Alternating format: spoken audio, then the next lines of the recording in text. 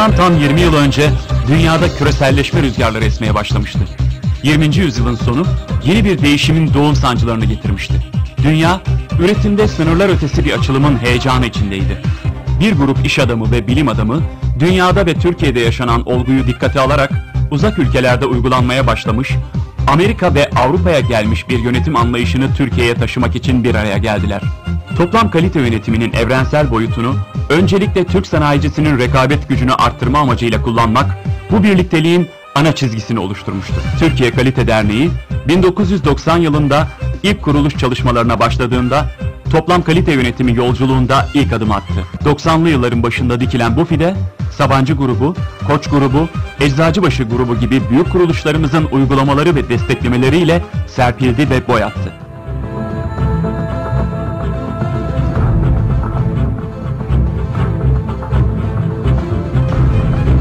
Kalder, Türkiye'de 20 yıldır kalitenin okuludur. Bugüne kadar eğitim program sayısı 4700, eğitim katılımcı sayısı 78.500 kişidir. Bugün Kalder, 2000 üyesiyle Çağdaş Türkiye hedefinin bir öncüsüdür.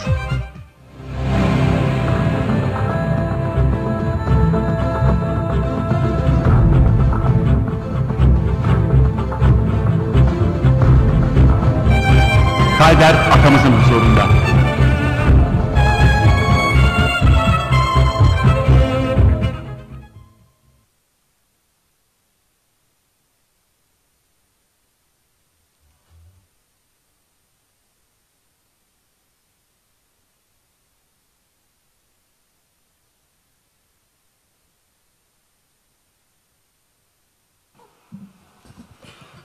Günaydın değerli konuklar. Mükemmelliği paylaşmak temalı 22. Kalite Kongresi'nin ikinci gününe hepiniz hoş geldiniz, onur verdiniz efendim.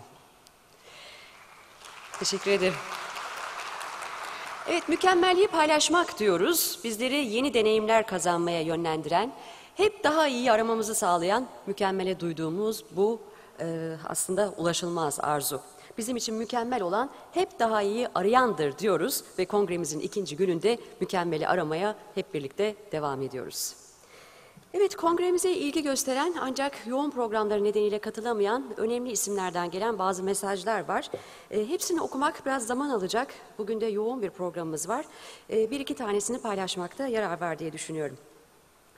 Mükemmelliği paylaşmak konulu 22. Kalite Kongresi'ne nazik davetiniz için teşekkür ederim. Bu anlamda kongrenin başarılı geçmesi temennisiyle şahsınızda değerli konuklarınıza selam ve sevgilerimi iletirim. Cemil Çiçek, Türkiye Büyük Millet Meclisi Başkanı.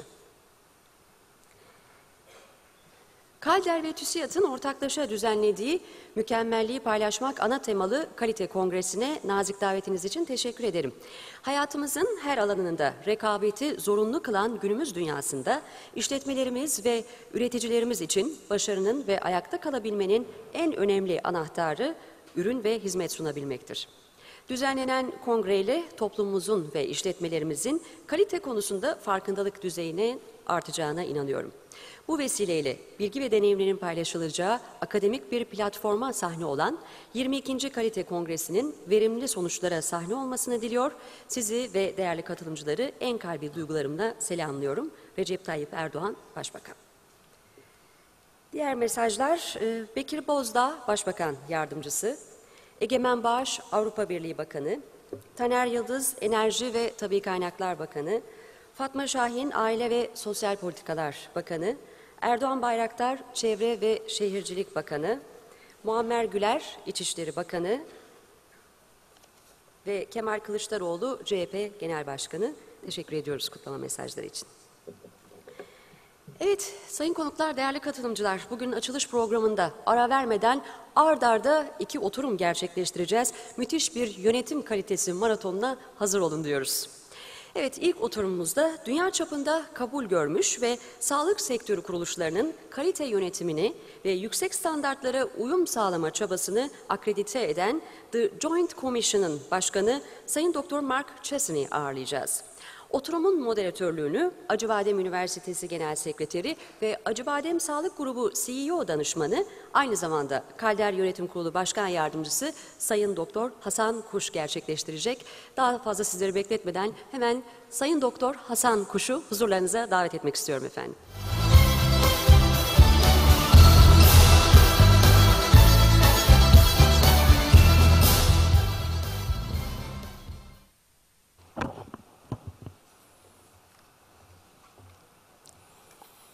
Günaydın. Sağlık hizmetinden beklentimiz her geçen gün artıyor. Doktorum benim için en iyisini bilir noktasında değiliz artık. Hastalığımızı, tedavi alternatiflerimizi araştırıyoruz. Doktorumuzla tüm bu konuları konuşmak, tartışmak, karar hakkında söz sahibi olmak istiyoruz. Hata istemiyoruz. Sağlık çalışanların mükemmel bir uyum içerisinde bize hizmet vermesini arzu ediyoruz. Hasta haklarına saygı bekliyoruz. Kalıplara sokulmak yerine kişiselleştirilmiş bir yaklaşım istiyoruz. Liste uzadıkça uzuyor. Peki bu beklentiler nasıl karşılanacak? Nasıl bir bilgi birikimi ve yaklaşım bizi sağlıkta kalitede ileriye taşıyacak?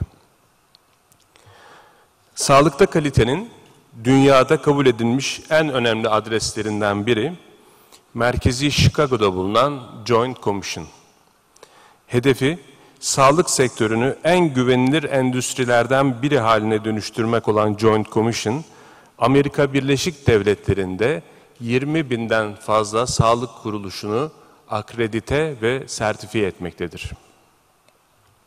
Bugünkü konuşmacımız Dr. Mark Chassin, Joint Commission'ın başkanıdır. Dr. Chassin ayrıca kendisinin liderliğinde 2009'da kurulan Joint Commission Center for Transforming Healthcare'in de başkanlığını yapmaktadır. Dünyada sağlığa yön veren en önemli liderlerden biri olarak kabul edilen Dr. Chassin'i Türkiye'de ağırlamaktan onur duyuyoruz ve konuşmasını yapmak üzere kendisini sahneye davet ediyorum. Dr. Chassin.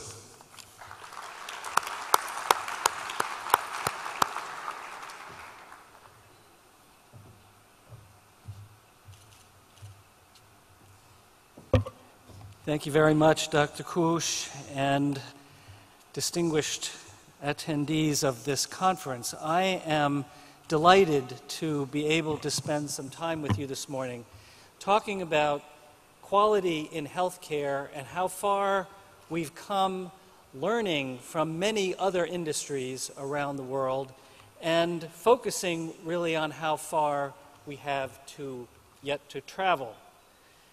I thought that I would start by introducing you to the Joint Commission, which is a private and not-for-profit organization in the United States.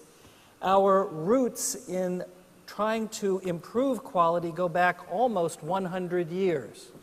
We have a problem with the voice, for some reason. Sesle ilgili. We're hearing, or should I stay with this microphone then? Okay? All right, I'll stay here. Thank you.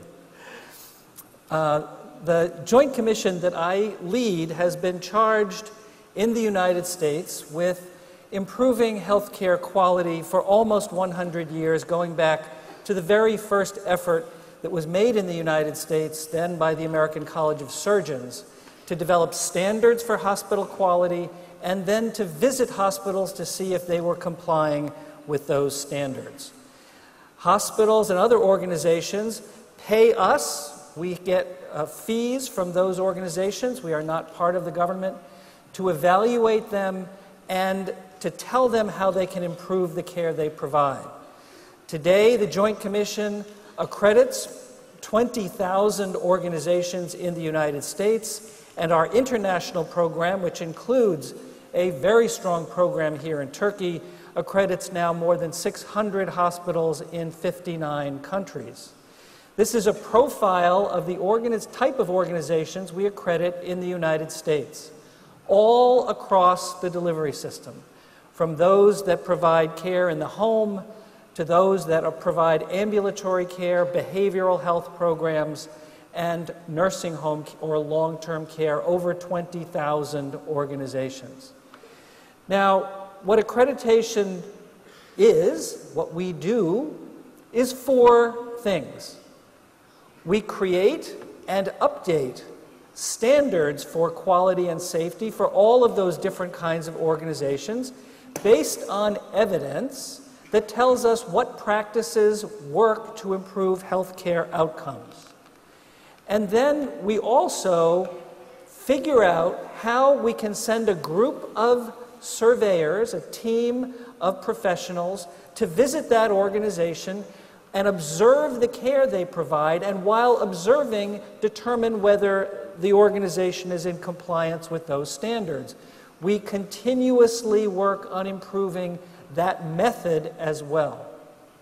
We also, in the United States, and now beginning internationally, operate the most effective, longest-running program of standardized national quality measurement in hospitals in the U.S. And lastly, we are an improvement organization, and I'll be speaking in just a few minutes about that work in some detail because it borrows very heavily on what we have learned from industry around the world. We create solutions for some of the most difficult quality and safety problems in healthcare, and now disseminate them widely to all of the organizations that we work with, in addition to making a lot of it public for all to benefit from. So having said a little bit about what accreditation is and the process we use, let me emphasize what it is not. It is not a guarantee that no errors will occur in Joint Commission or JCI accredited hospitals. It is not a guarantee that preventable complications will never occur. It is not a guarantee that high quality care will always be delivered to every patient. In other words, accreditation cannot solve all of the quality problems that we have in healthcare. It is a foundation, a solid foundation on which modern and next generation quality programs can be built. But let me now, having talked a little bit about the positive side, talk about how far healthcare has to go. Because we have many quality problems in healthcare, and they are indeed global, as we know from our work around the world. Let me give you some examples from the United States that have happened recently. This is a story about a hospital near Atlanta, Georgia, that had to notify 456 patients because they did not clean instruments properly, that those patients may have been exposed to hepatitis virus or HIV and needed to come in and get evaluated. This is a hospital near Pittsburgh that had to notify 141 patients after a review of coronary artery procedures to open blockages in coronary arteries, that these 141 patients had this procedure for completely inappropriate reasons. No clinical indication for the procedure. This is a story about a hospital in North Carolina in which a fire broke out during surgery in the operating room, severely burning the patient. Operating room fires like this happen about 600 times in the United States every year, despite a lot of effort to get rid of them. This is another story about a patient in St. Louis at a very prominent hospital that had the wrong side of the brain operated on during a surgical procedure. And this is a story from the UK to remind me to tell you again that all these problems are global. This was a patient who had a severely diseased kidney, and the surgeon was supposed to remove the diseased kidney. During the course of the operation, a medical student in the back of the operating theater said, "Doctor, you're operating on the wrong kidney." But the surgeon continued and took out the healthy kidney, leaving the patient with only the severely diseased kidney, and this patient died 5 weeks later.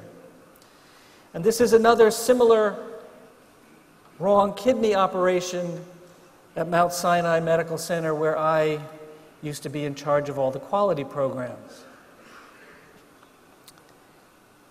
And this is a recent one, just a couple of months ago.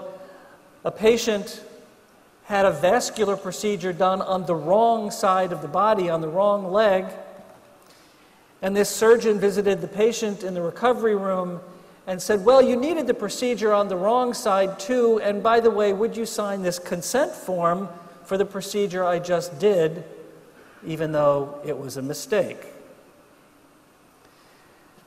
Now, we've been working globally on quality in healthcare for a long time, for more than a decade. But it is still the case, despite that effort, that today routine safety processes fail in healthcare routinely.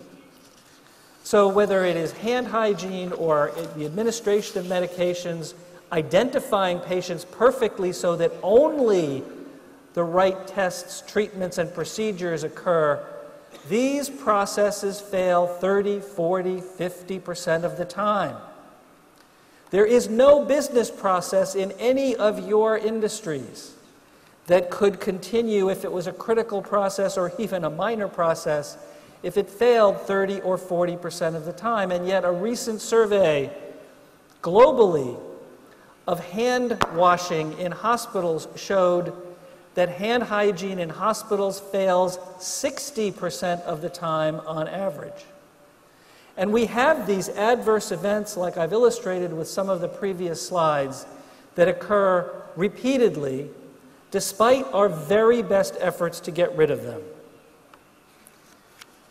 And what I want to talk to you about now for the next few minutes is how do we reconcile this set of facts, that we've been working very hard on quality and still have these enormous problems to deal with, and indeed, as I said, they are global.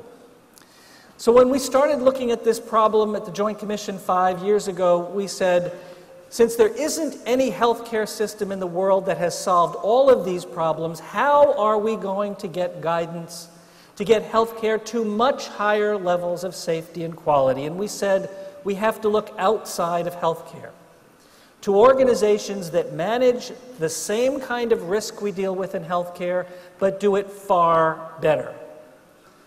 Commercial aviation, nuclear power, amusement parks are some examples.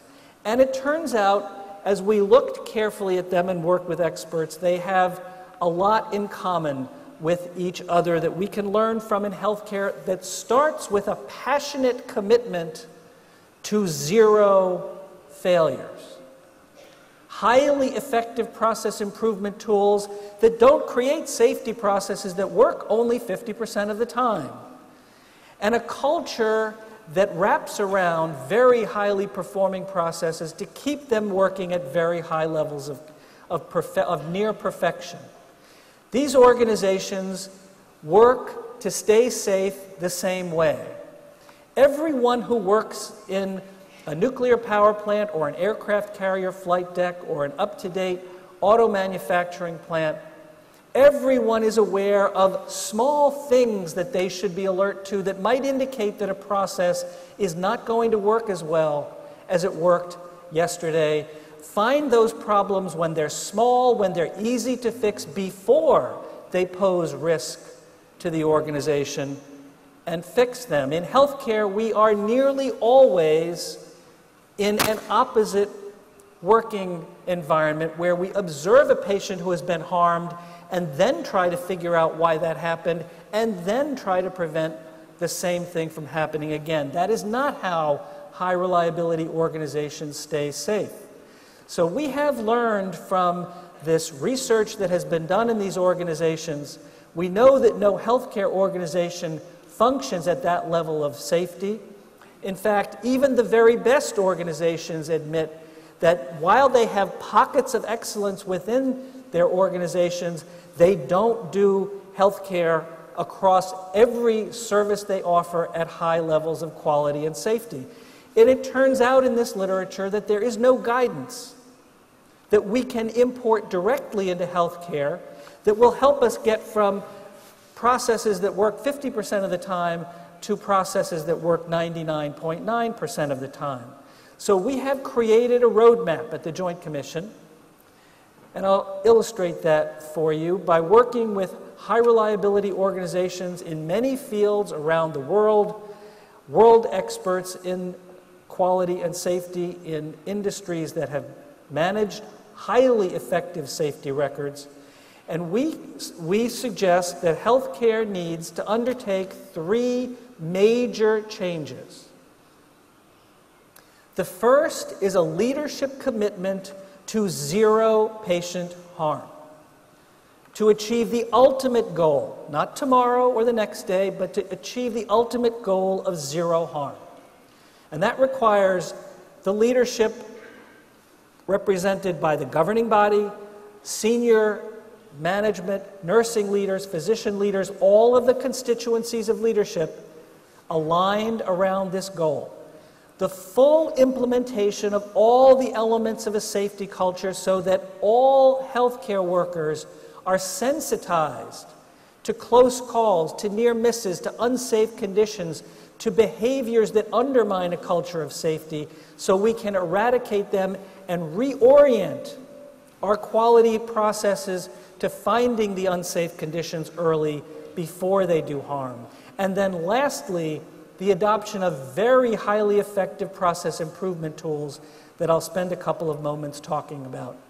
We have begun to see some hospitals and systems commit to this goal of high reliability in healthcare, or the ultimate goal of zero harm. Here's an example from a hospital, not a well-known hospital, but a hospital in a community outside New York City that has recognized that leadership, culture of safety, and robust process improvement is the pathway we must follow to get to high reliability, and they are using the Joint Commission template as their roadmap. We have been working with a group of folks from industries across the United States to hold the International High Reliability Conference. It was actually held last year at the Joint Commission. We co-sponsor it every year with a mixture of business, industry leaders, healthcare leaders, learning from each other to adapt these principles, which, as I said, we can't just import directly, but we need to translate to meet the unique needs of healthcare. If you're interested in seeing more about this on the Joint Commission's website, go to Topics, High Reliability, and you'll see a High Reliability Resource Center with lots of information about how we're going about this initiative. This was recently published, and I'll make this available through the website so that you can see what this roadmap looks like in some detail. This is just a couple of months ago.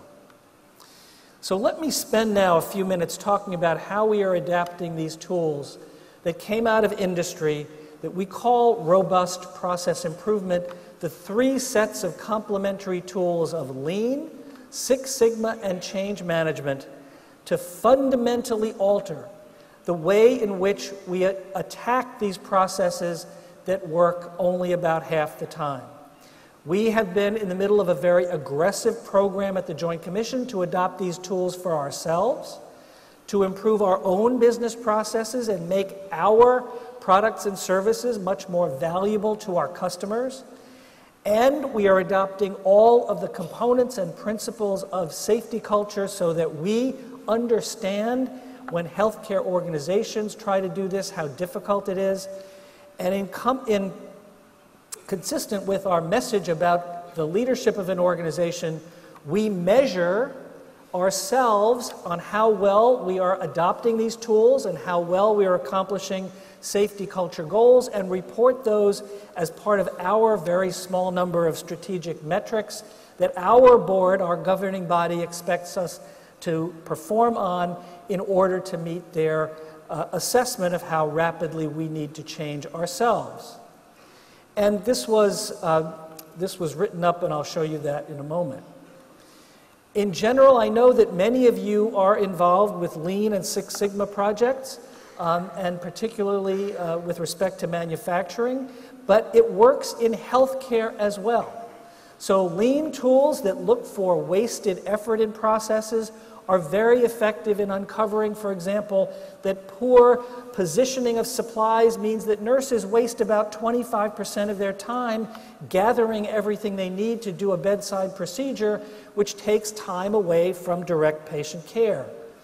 We have used Six Sigma tools to reduce defects and improve outcomes, to reduce the frequency of surgical infections and improve pain management, and a variety of other very clinical processes that yield to the application of these tools. And change management is quite essential to all of these efforts, because that is how you get an organization ready to implement and sustain the improved processes that Lean and Six Sigma create for you. This is the article in the American Society for Quality's journal, Quality Progress, that a few years ago that described how we at the Joint Commission are using these tools to improve the way we do our work. Now, we adopted these tools not only because we wanted to improve our own processes, which look more like a business than a healthcare delivery organization, but also because we wanted to apply them with other organizations, hospitals and health systems in the US that have mastered these tools of what we're calling RPI, Lean, Six Sigma, and Change Management, to see if we could uncover why it is that the processes like hand hygiene are only working half the time. We created a new part of the Joint Commission called the Center for Transforming Healthcare, and you can go to this website and find out a lot about the center, and these slides will all be available to you on the CalDare website after this talk.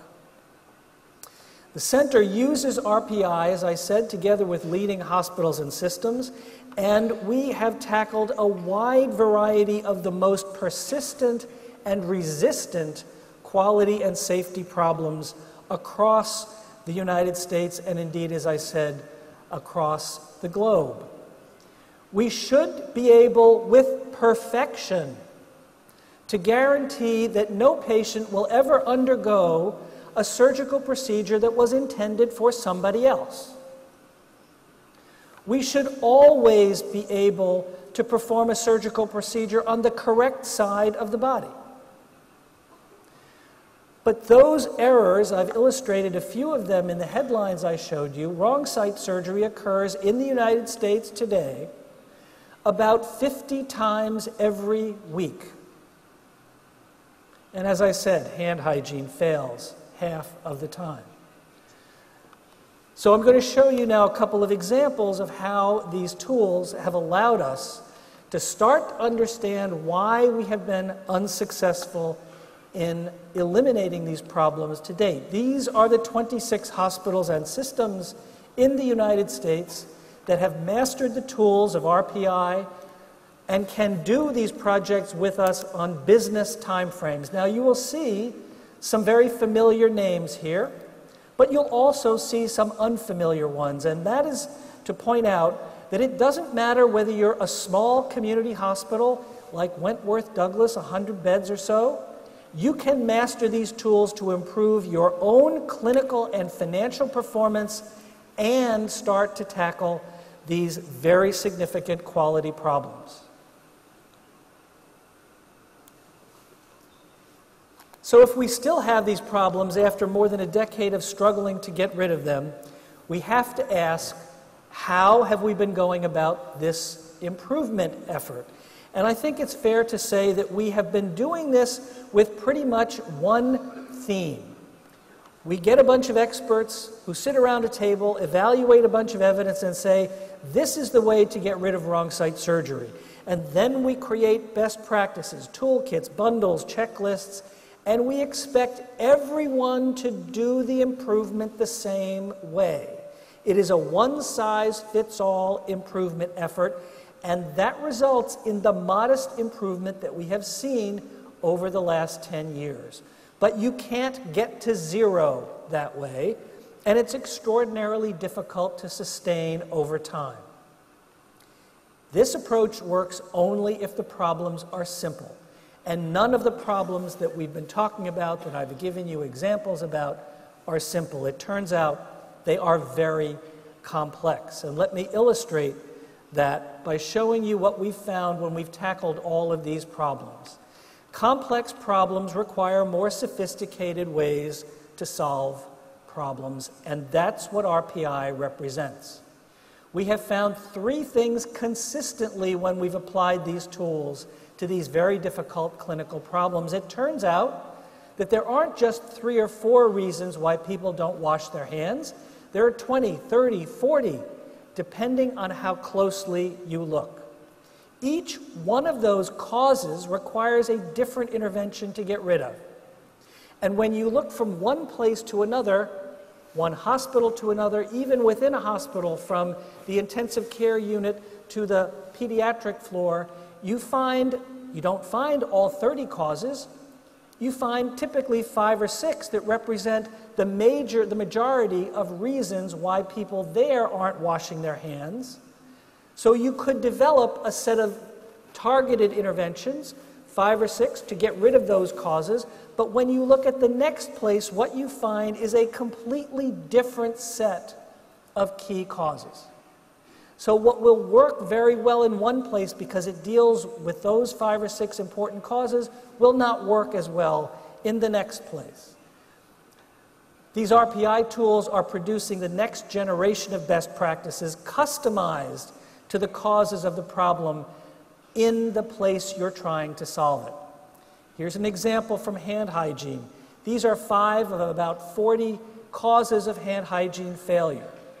If you don't have the dispensers for the hand gel that we need to clean our hands in hospitals, if you don't have them in the right places to make it convenient, you need to put them there. That's the intervention. But if you don't have a maintenance program that always keeps those dispensers full, that's another cause of failure and requires a different intervention. Each of these causes and the other 25 require a different intervention. And here's the data from the first project of the Center on Hand Hygiene. Each row on this chart is one of the top 10 causes of hand hygiene failure. Each column under the letters represents the key causes in each of the hospitals. Each letter is one hospital. So hospital A has those X's underneath it. Those are the key causes in that hospital. Look at how different the pattern of key causes is from one hospital to another. What will work in hospital A will not work in hospital H because they have different causes. And if we had said, now here's the 10-step best practice, everyone use interventions to get rid of all 10 of these causes, hospital A would be wasting its time with interventions designed to get rid of the causes in the red circles because they didn't have those problems. So this approach to identifying the specific causes of failure and targeting interventions to only those key causes is not only very effective because it identifies why you have the problem, it's also very efficient because it permits you not to waste resources on causes of the problem you don't have. Wrong site surgery is another classic example of this old method of improvement. And in fact, in this instance, it was the Joint Commission 10 years ago that got experts from 50 organizations around a table to look at evidence and said, here's the one-size-fits-all best practice. We called it the Universal Protocol. It did not get rid of this problem because, as I said, we have 50 per week in the United States. And what we found when we applied the tools of RPI, Lean Six Sigma Change Management, is we got a much wider picture of this problem, starting when the procedure was scheduled. And indeed, we found what no one had discovered before, that in the surgical scheduling procedure, 39% of cases had risks for wrong site surgery introduced when the procedure was scheduled because of lack of standardization of information, because of urgent processes to add cases to the schedule at the last minute, and a whole variety of reasons. In the preoperative management, 50% of cases had more risks for wrong site surgery introduced. In the operating room itself, 59% of cases had more risks introduced. In fact, looking at these data, it is remarkable how many wrong site surgeries are avoided by alert healthcare workers finding a problem and stopping the sequence of errors before harm could actually result to the patient. And these are some of the specifics that I won't bore you with today to save time. This is the same kind of chart, variation across the 10 hospitals that did this project with us, the top 20 causes here of wrong site surgery risk. And when they introduced these targeted solutions, risks for wrong site surgery were reduced not by 5 or 10%, but by 50, 60, 70% by targeting the most important risks where they were trying to fix the problem. So these results are quite consistent. Only by knowing why you have the problem in your hospital, in your ambulatory surgery center, that's the only way you can target interventions to those specific causes. The one-size-fits-all solution does not work. And it does not matter what kind of problem we have investigated, whether it is the serious problem of patients falling in hospitals and injuring themselves, surgical site infection, insulin safety. This is the center's unique capability. I know of no other organization anywhere in the world that is applying these sophisticated problem-solving tools that came to us from manufacturing to solve clinical quality and safety problems that in some cases, in the case of hand hygiene, for example, have resisted solution for 165 years. It was 165 years ago that Dr. Semmelweis showed us that washing your hands is a really good way to protect patients from infection. Now, we challenged ourselves, and I'll close with a few minutes on this topic. We challenged ourselves at the Joint Commission not only with applying these tools with organizations already expert in them to try to figure out what generalized knowledge we could get about why these problems persisted, but we challenged ourselves also with the question of how could we disseminate this knowledge to all the other healthcare organizations that don't have this expertise in Lean or Six Sigma or change management. And we created this targeted solutions tool, which are web-based tools that we have a secure extranet channel to every accredited organization to deliver.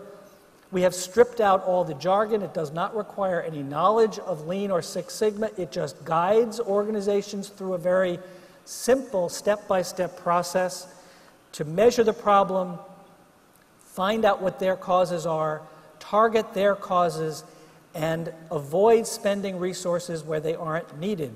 These 3 modules on hand hygiene, wrong site surgery, risk reduction, and handover communication are now in the TST. We have pilot tested the hand hygiene tool internationally last year, and will continue to do that this year to make these tools available internationally. Our initial findings, which were actually quite surprising to me, is that we didn't find a single additional new cause of hand hygiene failure when we tested the hand hygiene targeted solutions tool from Europe to the Middle East to Asia Pacific, and the intervention seemed to work just as well. And this is the level of improvement that we have seen in the United States, from a hand hygiene rate of about 50 to 58% at baseline to 84%, very highly statistically significant. We have more than 1 million observations in the TST now for hand hygiene.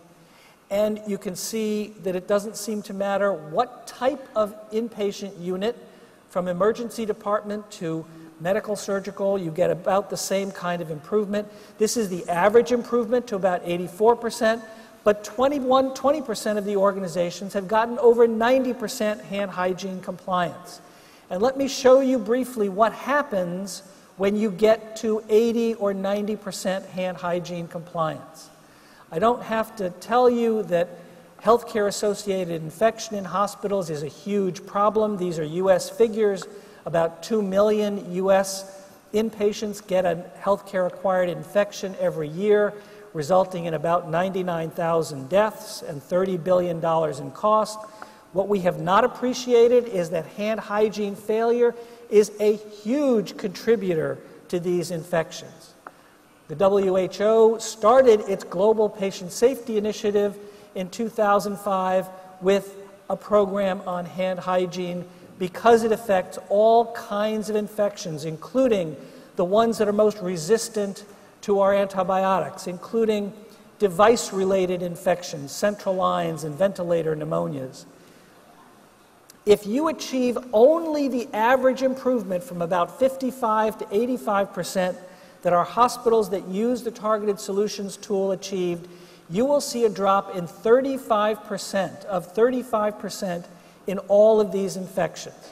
And that impact is enormous. In the first 2 years, the 200 hospitals that used our Targeted Solutions tool prevented 25,000 infections, saved over 1,400 lives, and avoided about $500 million in cost. A typical U.S. hospital of about 300 beds would expect over 500 of patients getting a healthcare-associated infection every year.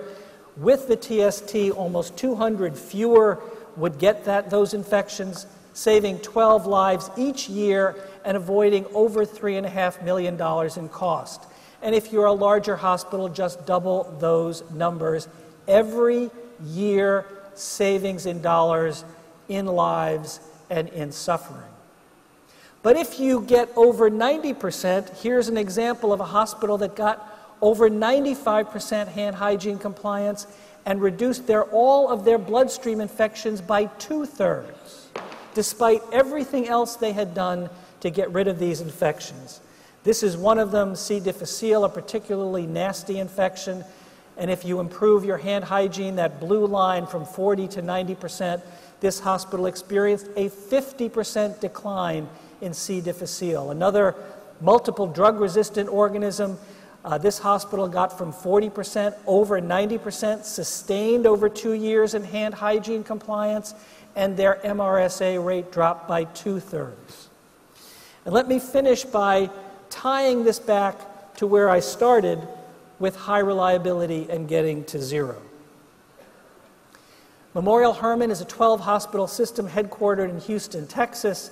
It has been committed to this goal of zero harm for about 5 years, getting to high reliability by focusing on the cultural changes that are necessary, the leadership commitment, and using RPI.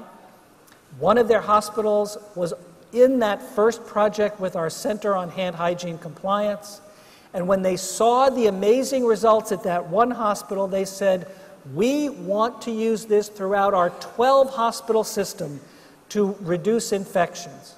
When they started, their baseline in 150 inpatient units was 44% hand hygiene, varying from 23 to 65%. They aimed to get over 90% performance. You'll have this reference. This is a reference to the article that showed how they did this.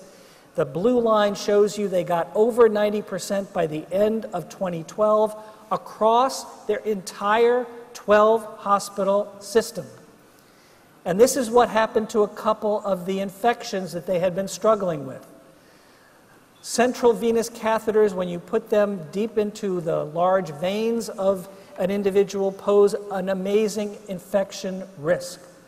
In 2006, at the very far left of this slide, you can see the rate of infection was very high and very variable. They implemented the one-size-fits-all best practice in the middle of this graph, but it was only when they used the TST here to improve hand hygiene that they got very close to zero infections, much lower variation, what you would expect to see with the use of these tools, over their entire 12-hospital system. And this is another example. Patients that are on artificial ventilation using those machines have a very high pneumonia rate. Here's the TST implementation. And again, by the end of this implementation period, they got to zero ventilator-associated pneumonia infections across their entire 12-hospital system. It is possible to get to zero. The chief medical officer of this 12-hospital system has said, "We fully attribute to the Joint Commission's Center for Transforming Healthcare's hand hygiene targeted solution tool the final drop in healthcare-associated infection rates to zero or near zero system-wide." Not just one hospital, not just one part of one hospital, but a 12-hospital system. After implementing this hand hygiene tool, our hospitals began to report zero as their most common central line infection and ventilator-associated pneumonia result. Zero became not just achieved once every year or every 5 years, but the most commonly reported result. Our mothers were right after all about the need to wash our hands. Feel free to quote me. This actually saves lives. So we at the Joint Commission are committed to encouraging healthcare to set much more ambitious goals for quality and safety improvement. We believe that it's only when the leadership of an organization commits to achieving the ultimate goal of zero patient harm that everything about improvement transforms. You are no longer satisfied with 5% or 10% better. Not when you have safety processes that fail 40 or 50% of the time. Our current approach to improvement, despite all the effort we have put into it, is not up to this task. It is not producing the results that we want. If we want different results, we have to use different methods to achieve them. Lean and Six Sigma, change management, as I've said, what we call robust process improvement at the Joint Commission, are showing great promise in being able to produce the kind of large-scale and sustainable improvement that we need if we are to get health care to high reliability. And the Joint Commission is dedicated to bringing this knowledge and these tools to all of the organizations we work with in the United States and around the world. I look forward to continuing to work with the organizations that we accredit and those that we help in Turkey to achieve high reliability. Thank you for your kind attention and for the honor of speaking at this Congress. Thank you very much.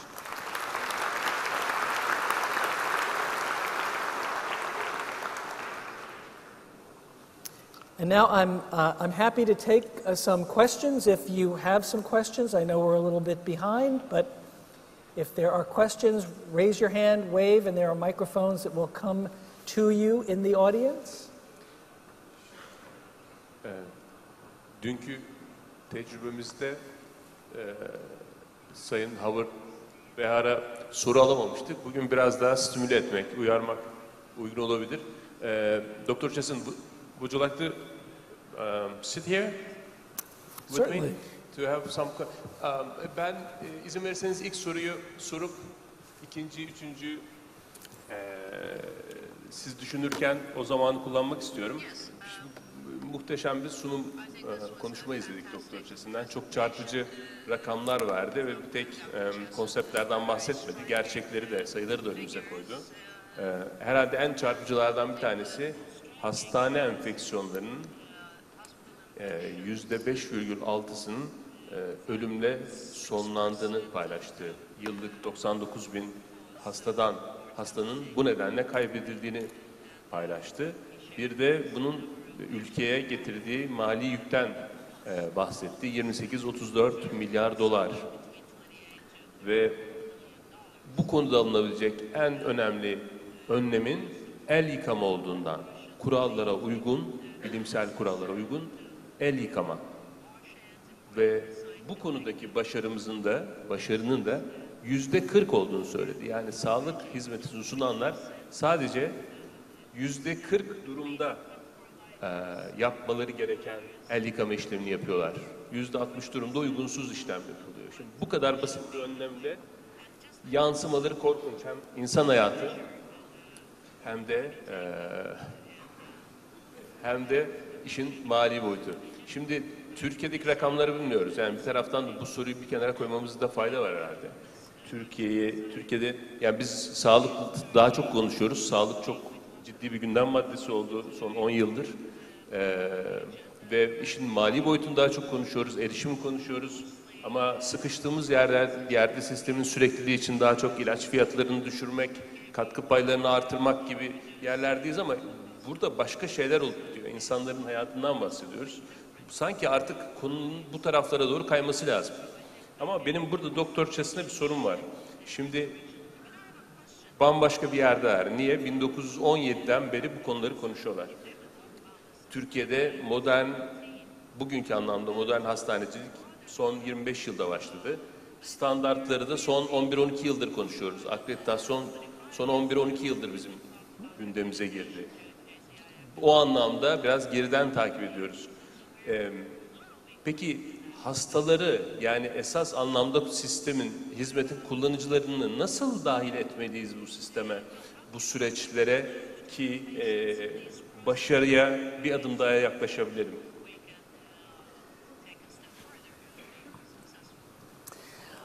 Well, I think the inclusion of patients and families in efforts to improve has been a very important part of the change that's occurred in the United States. The first part of this process, which can be extraordinarily difficult if it is not commonly done in hospitals, is to admit to patients and families that healthcare is not perfect, and that expectations of perfection are not going to be fulfilled in today's healthcare environment. And then to work with patients and families to understand what their needs and what their expectations for outcomes are. It used to be, for example, that we thought if a patient came in for a total hip replacement and got out of the hospital without a complication, no infection, got home, that was a successful operation. But if that patient underwent the hip operation in order to be able to go out dancing 3 times a week, and 6 months after the operation they still have to use a cane or a walker, the patient wouldn't define that as a good outcome of that healthcare encounter. So we are learning how to do that in the United States, and I think others around the world are, and that is the ultimate goal of the healthcare system, is to provide services that meet the needs of patients and families. That is the next generation of healthcare quality improvement. Thank you.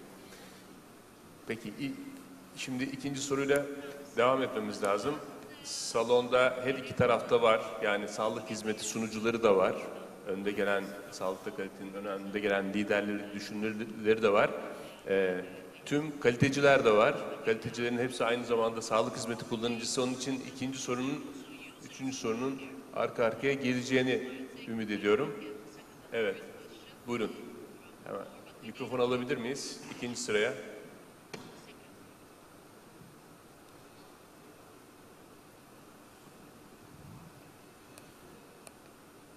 Teşekkür ediyorum söz hakkı verdiğiniz için. Ben Profesör Doktor Aşkın Aygün, Pamukkale Üniversitesi'nden buradayım. Değerli konuğunuza şu soruyu yöneltmek istiyorum. GCI olarak tabii sağlık hizmeti sunan kurumların kalitesini iyileştirmek yönünde çaba gösterirken diğer sosyal sorumluluk projelerine ne ölçüde aktif katılım sağlıyorlar? Dünyadaki sağlığın korunması ile ilgili ve sağlık hakkının korunması ile ilgili ne tür çalışmalarınız var? Ve insan hayatı bölgesel olarak farklılık gösteriyor mu? İnsanın hayatı bölgesel olarak farklı değer taşıyor mu? Bu konudaki algılarını sormak istiyorum.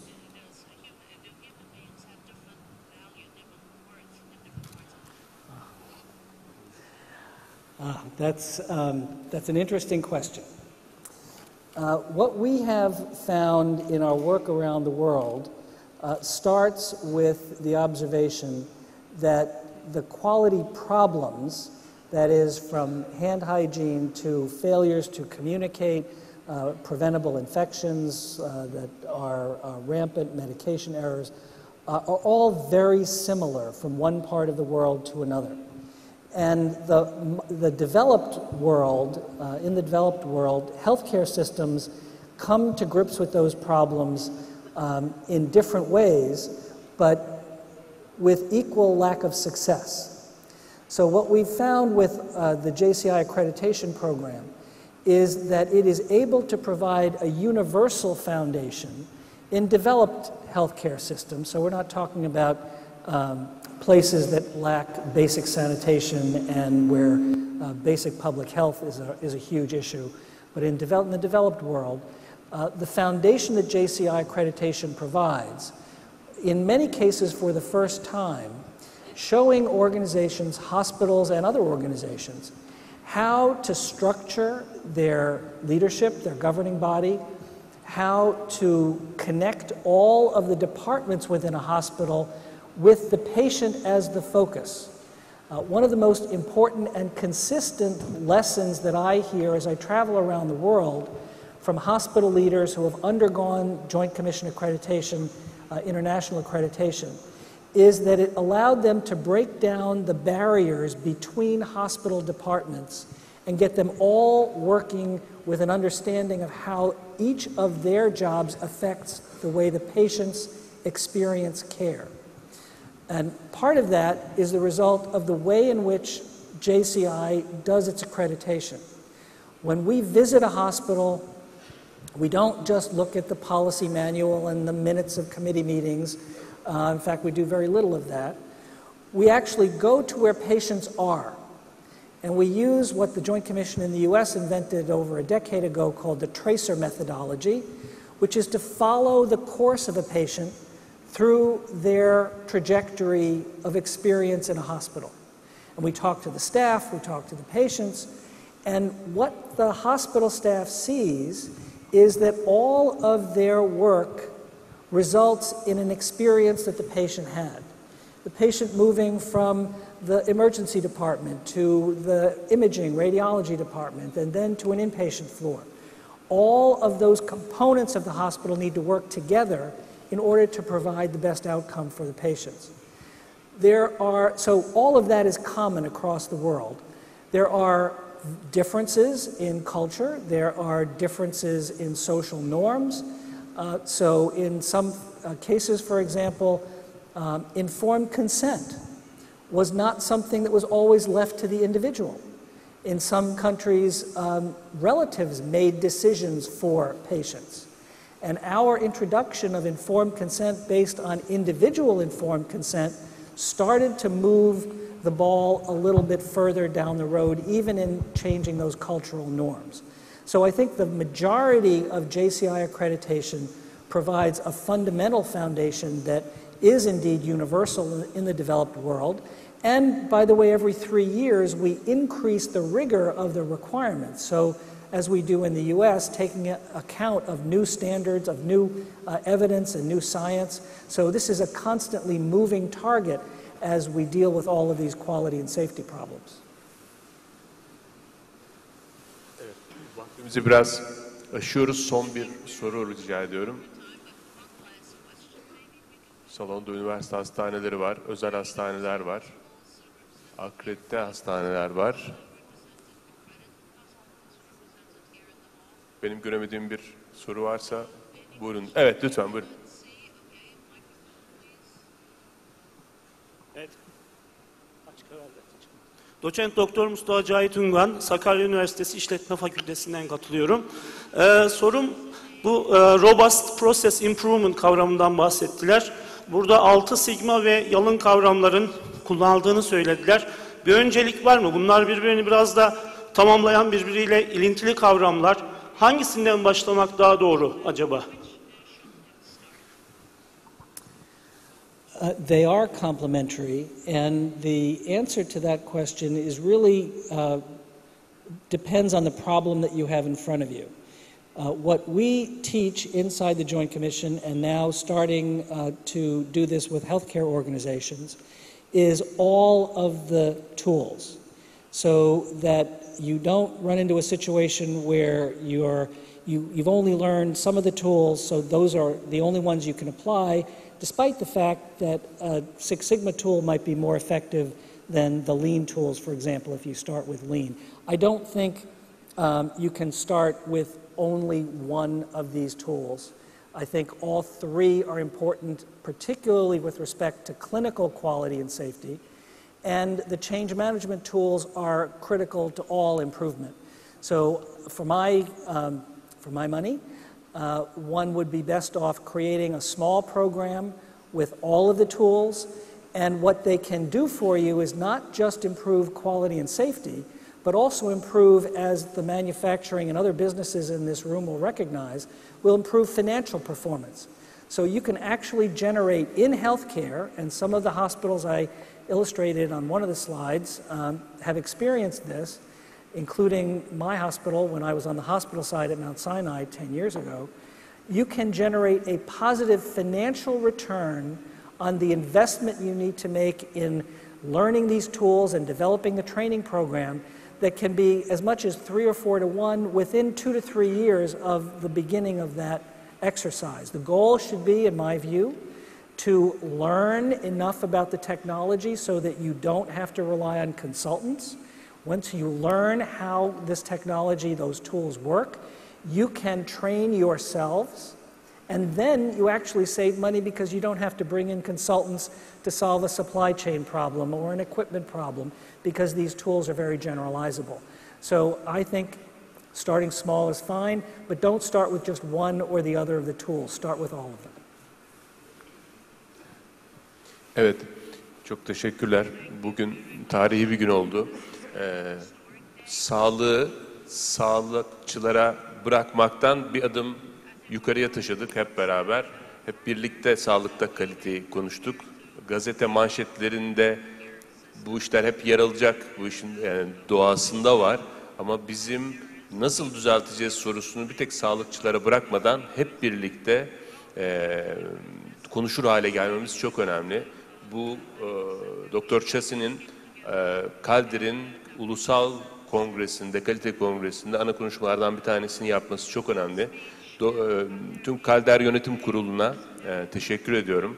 Sizlere de katıldığınız için, katkı sağladığınız için çok çok teşekkür ediyorum. Doktor Chassin'e de hepimizin adına şükranlarımızı sunuyorum ve bu paneli kapatıyorum. Evet, Sayın Kuş'a biz de çok teşekkür ediyoruz değerli yönetimi için. Thank you very much for joining us, Mr. Chassin. Bu noktada hemen Sayın Hamdi Doğan'ı davet etmek istiyorum. Bugünün anısına hediyelerini vermek üzere. Sayın Kuş ve Mr. Chassin, can you wait for a while please on the stage? Evet, Kalder Yönetim Kurulu Başkanı Sayın Hamdi Doğan bugünün anısına konuşmacımız Mr. Chassin'e ve Sayın Hasan Kuş'a hediyelerini vermek istiyor.